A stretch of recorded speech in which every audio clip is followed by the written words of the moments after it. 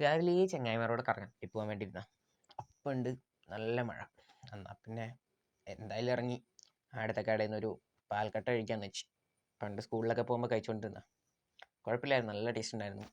ആടെ നിന്നൊരു പാൽക്കട്ടയും കഴിച്ച് ആ മഴയും നോക്കി ആടെ കുറച്ച് നേരം ഇരുന്ന്. അപ്പത്തേനും നമ്മുടെ ചങ്ങായിമാർ വന്ന്. നമ്മൾ ചങ്ങായിമാരോടെ കൂടി നേരെ കറങ്ങാൻ പോയി. കറങ്ങാൻ പോകുന്നേക്ക് എങ്ങനെയാണ് ഒരു ചായ കുടിക്കണ്ടേ.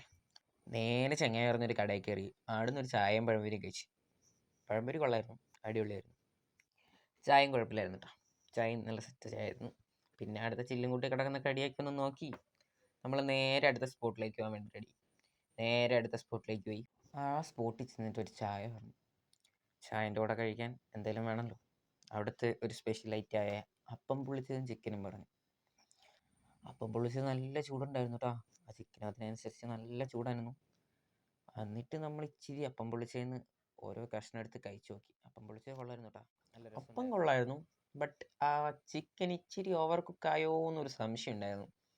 ഓവർ കുക്കായാലില്ലെങ്കിൽ നമുക്ക് കഴിക്കണമല്ലോ, നമ്മൾ വാങ്ങിയതല്ലേ. അപ്പം അതൊക്കെ ഇച്ചിരി ആ ചിക്കൻ കഷ്ണം എടുത്ത് ഇച്ചിരി മയോണൈസും ഇച്ചിരി അപ്പം പൊള്ളിച്ചതും എല്ലാം കൂടെ കൂട്ടിയിട്ട് ഒരു കഴിച്ച്. ഓ കൊള്ളായിരുന്നു കേട്ടോ, അടിപൊളിയായിരുന്നു. അപ്പം കിട്ടില്ലായിരുന്നു, ചിക്കൻ ഇച്ചിരിയും കൂടെ എന്തോ ഒന്ന് സെറ്റാകാനുണ്ടായിരുന്നു. വേറെ പ്രശ്നമൊന്നുമില്ല, മസ്റ്റ് ട്രൈ ഐറ്റമാണ്. മഴയൊക്കെ അല്ലേ, നല്ല ചൂടായിരുന്നത്. പതുക്കെ പതുക്കെ കഴിക്കണം, അമ്മാതിരി ചൂടായിരുന്നു. കൈയൊക്കെ പൊള്ളി. ഓ നല്ല ചൂട്.